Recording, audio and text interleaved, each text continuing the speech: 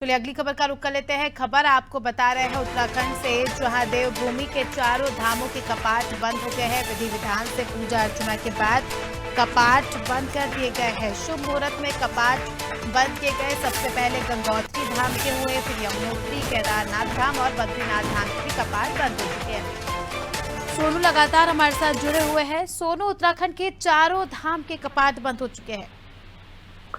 देखिए, ये अपने आप में ही बड़ा एक मनमोहक और अलौकिक नजारा होता है जब देवभूमि उत्तराखंड के पवित्र धार्मिक स्थलों के विधि विधान से वैदिक मंत्रोच्चारण के साथ आर्मी और स्कॉट बैंक के साथ बैंड की धुन पर भक्तिमय माहौल में जब ये कपाट बंद किए जाते हैं शुभ मुहूर्त में।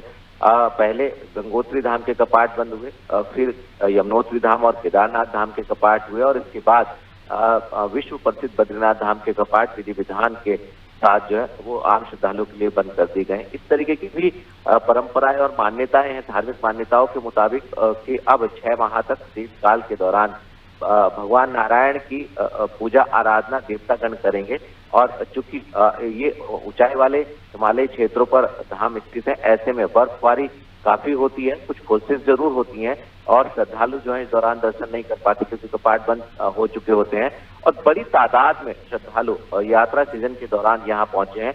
और जो चारों धाम है, इनके जो शीतकालीन प्रवास स्थल है, वहां पर अब इनकी विधि विधान से पूजा अर्चना की जाएगी। बद्रीनाथ धाम के पांडुकेश्वर जोशीमठ में जो है वो शीतकाल के दौरान पूजा अर्चना की जाती है।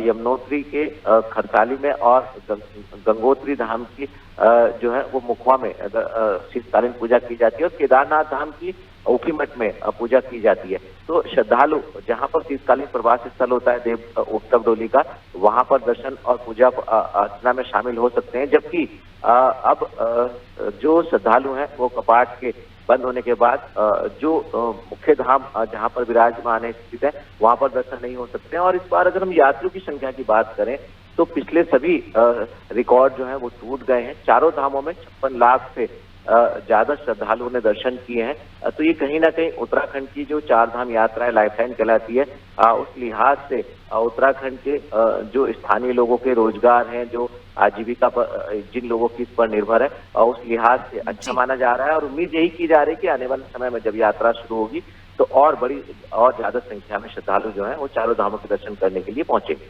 बिल्कुल, और इस बार भी जिस प्रकार से देखा गया सोनू की लाखों की संख्या में जो है श्रद्धालु चारों धाम की यात्रा पर आए और इतना अच्छा रिस्पांस रहा, वाकई ये काफ़ी अच्छा था। और व्यवस्थाएं भी इस बार जो है सुचारू रूप से की गई, क्योंकि इस बार हमने देखा कि मौसम का मिजाज भी कुछ ठीक नहीं रहा, उसके बावजूद भी बहुत ही अच्छी व्यवस्थाएं यहाँ पर उत्तराखंड में थी और श्रद्धालु भी जिससे काफ़ी ज़्यादा प्रभावित हुए। और आने वाले समय में हम कह सकते हैं कि जब कपाट खुलेंगे तो और श्रद्धालु की संख्या जो है दुगनी भी हो सकती है, उसको लेकर भी जो है सरकार अब तैयारियां करेंगी। तो काफ़ी अच्छा नज़ारा इस बार देखने को मिला।